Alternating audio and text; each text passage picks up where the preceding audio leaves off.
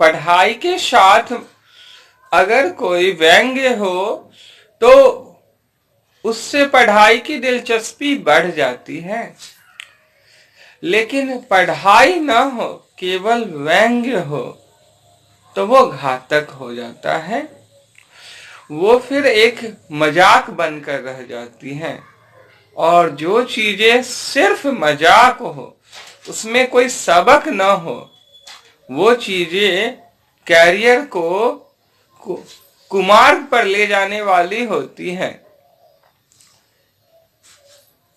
जब एक विद्यार्थी से हम पूछे कि आप जो है ये बताइए कि रोल नंबर 1 और रोल नंबर 2 दोनों में से कौन सबसे अधिक ध्यान पूर्वक पढ़ रहा है, तो वो विद्यार्थी पजल्ड हो गया। अब इस सिचुएशन में चूंकि दोनों ही बहुत ही ध्यान पूर्वक पढ़ते हैं और दोनों ही उस विद्यार्थी के जिगरी दोस्त हैं, तो ऐसे इस परिस्थिति में क्लासमेट है तो वो किसी का पक्ष नहीं लेना चाहते हैं, तो कहता है दोनों ही पढ़ रहे हैं, कभी कहते हैं दोनों ही नहीं पढ़ रहे हैं।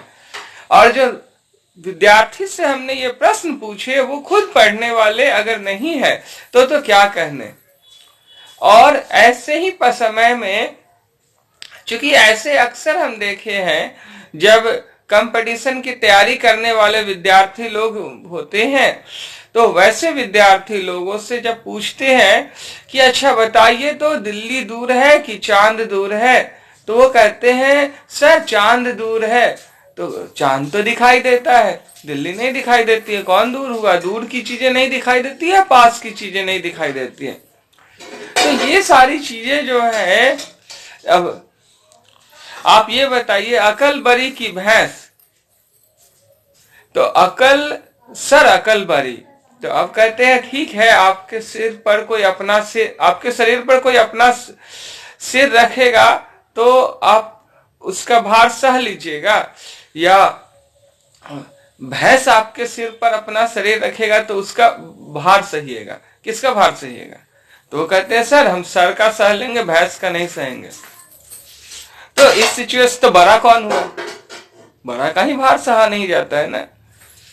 तो ऐसे कुछ अगर लुभावने एनेक्डोट टीका टिप्पणी का यूज व्यंग्य स्वरूप किया जाए तो उससे क्लास में रुचि बढ़ती है। हालांकि हम भी जानते हैं कि ये जो है अलग है और वास्तविकता अलग है। खैर, इनका उद्देश्य केवल मनोरंजन करना ही है, क्लास की नीरसता को समाप्त करनी है। क्योंकि जीवन में ठीक है गंभीरता होनी चाहिए, लेकिन आत्मीयता भी होनी चाहिए, देखने का एक वो नजरिया भी होना चाहिए